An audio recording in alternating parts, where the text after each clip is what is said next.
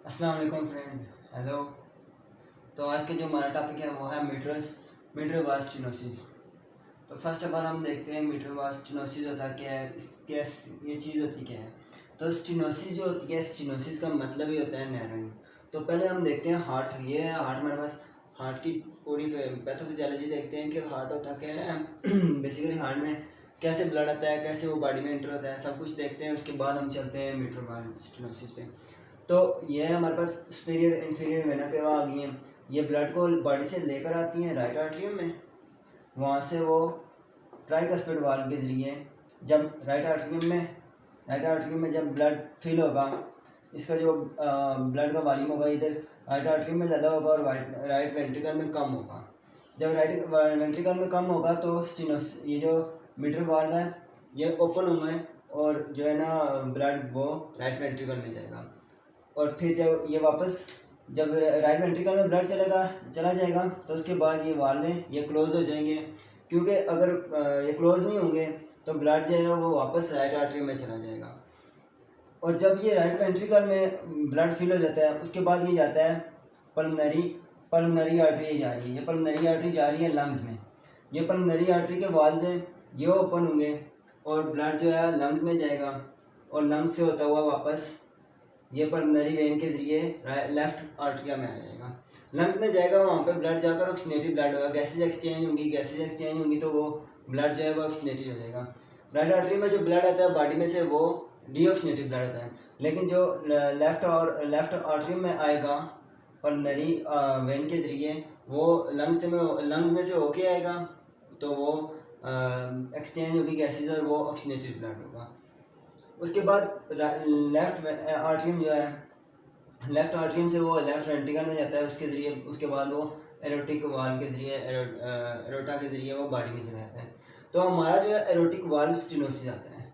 Aortic valve stenosis में पहले इसकी डेफिनेशन आपको बताता हूँ। एरोटिक वाल्व की डेफिनेशन क्या होती है।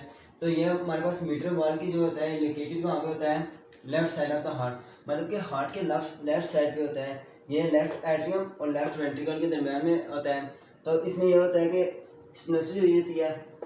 स्टेनोसिस का मतलब यह है कि नैरोइंग हो जाना, कोई भी चीज़ होती है उसकी नैरोइंग हो जाना, उसे स्टेनोसिस बोलते हैं। मीटर वाल्व जो होता है stenosis, narrowing of the mitral valve जो होता है इसकी स्टेनोसिस मतलब ये वाल्व जो ना ओपन क्लोज हो रहा है ये उतना क्लोज नहीं होगा। इसका जो डायामीटर है 4 to 6 सेंटीमीटर स्केल होता है। जो जब ये ओपन होता है रिलैक्स होता है वाल्व, जब भी ब्लड फ्लो होता है लेफ्ट वेंट्रिकल की तरफ तो उसका डायमीटर होगा 4 to 6 हो सकता है। उसके बाद हमारे पास क्या होता है, अगर 4 से कम है तो वो स्टेनोसिस हो रही है, मतलब लाइक 2 भी हो सकता है, लेकिन 1 हो गया तो सीवियर किस्म की स्टेनोसिस हो गई है। अब ये स्टेनोसिस हो रही है इसमें, अगर ये स्टेनोसिस हो रही है तो इसकी वजह से वाल्व ऐसे क्लोज हो जाता है। क्लोज होगा मतलब जितना हमें ब्लड लेफ्ट वेंट्रिकल को जाना चाहिए उतना लेफ्ट वेंट्रिकल को ब्लड नहीं मिलेगा। तो लेफ्ट वेंट्रिकल को नहीं मिलेगा तो जाहिर सी बात है आगे बॉडी को नहीं मिलेगा। और जो लेफ्ट आर्टरियम में अगर ब्लड एक्यूमुलेट होगा वो यहाँ पे आकर इकट्ठा होना शुरू हो जाएगा। सारा ब्लड यहाँ पे सारा इकट्ठा हो जाएगा। उसके बाद वो ब्लड इधर इकट्ठा होने के बाद वापस पीछे पल्मोनरी वेन में चला जाएगा। पल्मोनरी वेन से होता हुआ लंग्स में दोबारा चला जाएगा और वो लंग्स में जाकर उससे लंग्स में प्रॉब्लम्स भी आ सकती हैं। तो नेक्स्ट हम इसके देखते हैं कि इसके काजेज़ क्या हैं और साइन एंड सिम्टम्स इसके देखते हैं कि वो क्या। तो हम देखते हैं इसकी काजेज़ क्या क्या, हमारे पास काजेज़ क्या क्या आती हैं। फर्स्ट ऑफ ऑल हमारे पास होती है rheumatic heart disease. Rheumatic heart disease होती है कि रोमैटिक फीवर से जो होती है। रोमैटिक फीवर होता है कि हमारे कोई भी हो गए कनेक्टिव टिश्यू वगैरह हो गया उनमें इन्फ्लेमेशन हो गई है, लाइक हमारे हो गए एंकल्स में हो गए या नी में हो गए, वहाँ पे रोमैटिक फीवर हो सकता है। वो ज़्यादा हो तो फिर जाकर हार्ट पे भी अफेक्ट करता है। देन रोमैटिक हार्ट डिजीज़ होती है। रोमैटिक हार्ट डिजीज़ में होती है कि हमारी जो होती हैं ये एंडोकार्डियम लेयर्स होती हैं, इसमें ये होता है कि ये जाकर अटैच हो रही होती हैं मेटल वाल के साथ भी अटैच हो रही हैं लेयर्स, और ये इनमें इन्फ्लेमेशन होगी तो उसकी वजह से भी स्टेनोसिस हो सकती है। उसके बाद हमारे पास एंडोकार्डाइटिस आता है, ये भी रोमैटिक एंडोकार्डाइटिस भी हो सकता है। उसके बाद कंजेनिटल हार्ट डिजीज़ आती है। कंजेनिटल हार्ट डिजीज़ होती है कि जो बॉर्न बर्थ बेबी हो वो उसमें मीटर वाल जो होता है वो पार्शियली ओपन हुआ होता है, पार्शियली ओपन होता है लेकिन वो कम्प्लीटली ओपन नहीं होता। इसकी वजह से भी जो होता है मिट्रल वाल स्टेनोसिस हो सकती है। उसके बाद ट्यूमर आता है हमारे पास। ट्यूमर होता है, ट्यूमर से कोई भी ऑब्स्ट्रक्शन हो सकती है। इस ऑब्स्ट्रक्शन की वजह से भी जो होता है मिट्रल वाल, इसमें ये नहीं होता सिर्फ कि मिट्रल वाल स्टेनोसिस होगी या उसकी वजह से हार्ट प्रॉब्लम होगी, लेकिन अगर कोई ट्यूमर मतलब ट्यूमर होगा तो उसकी वजह से ऑब्स्ट्रक्शन काज हो जाएगी। ऑब्स्ट्रक्शन काज होगी तो उसकी वजह से भी हो सकता है। उसके बाद हमारे पास रेडिएशन ट्रीटमेंट होता है कि रेडिएशन ट्रीटमेंट, अगर कोई आप रेडिएशन ट्रीटमेंट करवा रहे हैं, चेस्ट के ऊपर कोई रेडिएशन का ट्रीटमेंट करवा रहे हैं, तो उसकी वजह से भी हमारे जो मिट्रल वाल में होंगे, ये वाल जो होते हैं वो उन पर बहुत इफेक्ट होता है, जिसकी वजह से हमारे जो वाल में इन्फ्लेम्ड हो जाएंगे और उसकी वजह से हमारे पास हमें मिट्रल वाल स्टेनोसिस हो सकती है। तो नेक्स्ट हम इसकी देखते हैं साइन एंड सिम्टम्स देखते हैं, और नेक्स्ट इसका हम देखते हैं इन्वेस्टिगेशन। हम इसके देखते हैं साइन एंड सिम्टम्स क्या होते हैं हमारे पास। साइन एंड सिम्टम में फर्स्ट ऑफ ऑल हमारे पास होता है डिस्निया। डिस्निया होता है कि हमें जो मुश्किल से सांस, बहुत डिफिकल्ट होता है सांस लेना, उसे हम डिस्निया बोलते हैं। उसके बाद ऑर्थोपनिया आ जाता है। ऑर्थोपनिया के बाद ऑर्थोपनिया होता है कि आप जो फ्लैट लेटता है, वो पर्सन फ्लैट लेटा हुआ है, तो वो उसे जो है वो लेफ्ट आर्टरियम से जो लंग्स में जाएगा पल्मोनरी वेन में, पल्मोनरी वेन में जो ब्लड जा रहा है वो अगर आप स्टैंडिंग पोजीशन में या बैठे हुए हैं तो वो हार्ट की तरफ, लंग्स की तरफ ब्लड बहुत स्लो जाएगा या बहुत कम जाएगा। लेकिन अगर आप फ्लैट होंगे, आप लेटे होंगे, तो पल्मोनरी वेन के ज़रिए ब्लड जो है लंग्स में ज़्यादा जाएगा, जिसकी वजह से आपको शॉर्टनेस ऑफ ब्रेथ होगी। उसके बाद हमारे पास आता है प्रोक्सिमल नॉक्चुरल डिस्निया। नॉक्चुरल मतलब कि नाइट के टाइम जो होता है, हम जब लेटे रहते हैं, काफ़ी टाइम लेटे रहते हैं, तो उसके बाद हमें जो होता है वो वही ब्लड जो होता है वो पल्मोनरी वेन के जरिए वापस लंग्स में जाता है, तो इसकी वजह से हमें सांस लेने में बहुत ज़्यादा तकलीफ होती है, तो वो होता है प्रोक्सिमल नॉक्चुरल डिस्निया। उसके बाद होता है फटीग। फटीग स्टार्टिंग में तो इतनी फटीग नहीं होती, इतना मतलब बंदे को थकावट फील नहीं हो रही होती, लेकिन जब ये स्वीर केसेस की तरफ जाए, स्वीर होना शुरू हो जाए, तब बंदे को थकावट, छोटे छोटे काम करेंगे तब भी आपको बहुत ज़्यादा थकावट फील होगी। उसके बाद चेस्ट पेन होगा। चेस्ट पेन जैसी बात है, अगर आपका लेफ्ट आर्टरियम में है, लेफ्ट आर्टरियम में ब्लड एक्यूमुलेट हो रहा है, उसकी वजह से आपकी जो है लेफ्ट आर्टरियम की जो है आर्टरियल फिब्रिलेशन स्टार्ट हो जाएगी। आर्टरियल फिब्रिलेशन होगी तो जो आपकी लंग्स की लेफ्ट आर्टरियम की एक्टिविटी है वो बहुत ज़्यादा हो जाएगी, जिसकी वजह से आपको चेस्ट में पेन भी होगा। पल्पिटेशन होती है कि जो नॉर्मल पर्सन होता है, नॉर्मल पर्सन में आर्टरी फिब्रिलेशन हो रही थी, जो पर्सन होता है उसे फील हो रहा होता है कि मेरी जो है पल्स चल रही है, उसकी वजह से पल्पिटेशन इसे बोलते हैं कि जो लंग्स में एक्टिविटी है जो लंग्स की है इरेगुलर हो जाएगी। इरेगुलर होगी तो उसको फील होगा कि मेरी बीट्स जो है वो कैसे चल रही हैं, मतलब उसको बहुत हाईली फील होगी। उसके बाद हमारे पास हेमोप्टाइसिस आ जाती है। हेमोप्टाइसिस होती है कि आपको जब कफ करते हैं, कफ में आपको ब्लीडिंग आती है, जब पल्मोनरी वेन के जरिए ब्लड जो होता है लंग्स में जाता है, लंग्स में जाकर लंग्स की जो वेन्स होती हैं वहाँ पे कंजेशन करता है, और ब्लड कंजेशन होगा, कंजेशन करेगा तो जो होती हैं कैपिलरीज होती हैं उनके बस्ट होने का खतरा होता है। जब वो बस्ट होती हैं तो जब आप कफ करेंगे तो उसमें ब्लड आएगा, इसलिए इसे हेमोप्टाइसिस का बोलते हैं कि कफ में ब्लड आना। उसके बाद हमारे पास एसाइड्स होंगे या फिर पेरिफेरल एडिमा होगा। एसाइड्स की मतलब आपकी पेरिटोनियल कैविटी है, उसमें कोई फ्लूइड वगैरह अक्यूमुलेट हो गया है, उसे हम एसाइड्स बोलेंगे। या पेरिफेरल एडिमा हो जाएगा कि आपके एंकल्स वगैरह हैं उनमें बहुत ज़्यादा फ्लूइड अक्यूमुलेट हो जाएगा।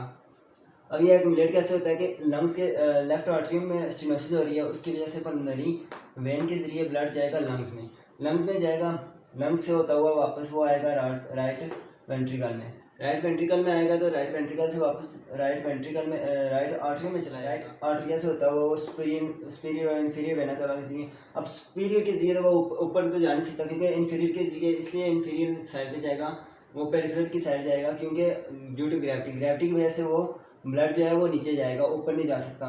तो इन्फीरियर वेना के जरिए वो नीचे पेरिफेरल की तरफ जाएगा, पेरिफेरल में जाएगा वो एंकल में जाकर, एंकल ग्रेविटी मतलब ग्रेविटी के बिल्कुल साथ जो था वो एंकल में जाकर एडिमा काज करेगा। तो ये थे हमारे पास इसके साइन एंड सिम्टम। तो हम आगे देखते हैं इसकी इन्वेस्टिगेशन हमारे पास क्या क्या। तो ये हमारे पास आती है इन्वेस्टिगेशन में हमारे पास पहले सबसे पहले आता है फिजिकल एग्जामिनेशन करते हैं। फिजिकली हम देखते हैं कि पेशेंट कैसा है, किस हालत में है। तो फर्स्ट और उसकी जो साउंड होंगी ना, फर्स्ट हार्ट बीट साउंड होंगी, वो फर्स्ट वाली वो जो बहुत लाउड होगी। उसके बाद जो सेकंड वाली हमारे पास आ जाएगी सेकंड, उसके बाद एग्जामिनेशन हम क्या करेंगे, एसाइटिस देखेंगे और एडिमा देखेंगे, पेरिफेरल एडिमा देखेंगे। उसके बाद हम देखेंगे कि उसकी चीक्स का कलर कैसा है, रेड कलर होगा उसकी चीक्स का। देन हमारे पास आता है मेडिकल हिस्ट्री। हम पेशेंट से पूछेंगे कि उसे पहले से कोई रोमैटिक फीवर तो नहीं हुआ कभी, उसकी वजह से भी हो सकता है मिट्रल स्टेनोसिस, मिट्रल वाल स्टेनोसिस, इस वजह से हम उससे मेडिकल हिस्ट्री पूछेंगे। उसके बाद हम एकोकार्डियोग्राफी करते हैं। एकोकार्डियोग्राफी में हम क्लियरली देख सकते हैं कि हार्ट की जो हार्ट बीट कैसी है, उसका ब्लड कैसा है, उसकी मतलब हार्ट के बारे में हम क्लियरली एकोकार्डियोग्राफी में भी देख सकते हैं। और ये सबसे बेस्ट एकोकार्डियोग्राफी होता है मीटर वास्ट स्टेनोसिस में टेस्ट जो हम करते हैं। उसके बाद हमारे पास आता है चेस्ट एक्सरे आता है। चेस्ट एक्सरे करते हैं, उसमें हम देखते हैं कि हार्ट क्या मतलब एनाटॉमी वगैरह हार्ट की देखते हैं कि उसमें क्या कुछ है। उसके बाद ट्रांस एसोफेजियल एकोकार्डियोग्राफी होता है। ट्रांस एसोफेजियल एकोकार्डियोग्राफी होती है कि एसोफेजियल जो होता है वहाँ से हम एक इंस्ट्रूमेंट एंटर करते हैं हार्ट की तरफ। एसोफेगस जो है वो बिल्कुल हार्ट के बैक साइड पे होती है, इसलिए हम वहाँ पे एक इंस्ट्रूमेंट करते हैं, इंसर्ट करते हैं, जो कि अंदर जाता है और वहाँ पे जाकर साउंड वेव्स अप्लाई करता है। उसकी वजह से हमें जो है हार्ट की प्रॉपर दिखाई देता है कि हार्ट की एनाटॉमी क्या है, फिजियोलॉजी क्या है, सब कुछ, मतलब कि ब्लड वगैरह कैसा है, कितनी मिकदार में है। देन हम करते हैं कार्डियक कैथेटराइजेशन करते हैं। कैथेटराइजेशन हम करते हैं या तो हम करते हैं वेनस जुगुलर वेनस के जरिए करते हैं, या फिर हम करते हैं उसे थाई के मुकाम से हम करते हैं, वहाँ से कर सकते हैं कार्डियक कैथेटराइजेशन। उसके बाद हम ईसीजी करते हैं इसमें, और हॉर्डलर मॉनिटरिंग करते हैं। ये हॉर्डलर मॉनिटरिंग होती है कि ईसीजी हम करते हैं कि हार्ट की हार्ट बीट वगैरह, आर्टरी फिब्रिलेशन, एक्टिविटी सब कुछ वो जो हम होता है एक्टिविटी होती है हार्ट की, वो हम ईसीजी में देखते हैं। लेकिन ईसीजी में हम प्रॉपर टाइम तक देखते हैं, बस ये इस टाइम तक की नहीं ईसीजी है।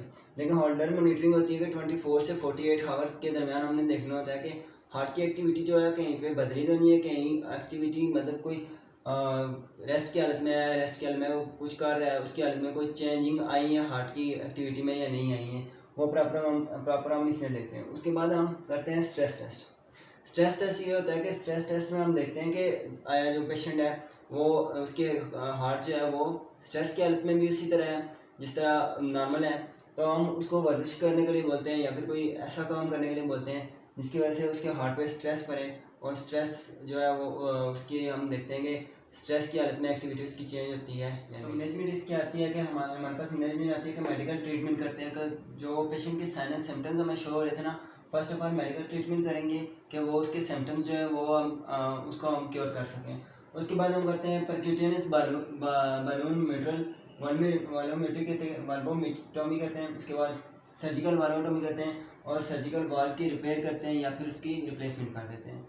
तो ये था हमारा टॉपिक मीट्रल वाल्व स्टेनोसिस। यहाँ पे हमारा टॉपिक एंड होता है। तो मिलते हैं एक नेक्स्ट वीडियो के साथ नेक्स्ट लेक्चर में। अल्लाह हाफिज़।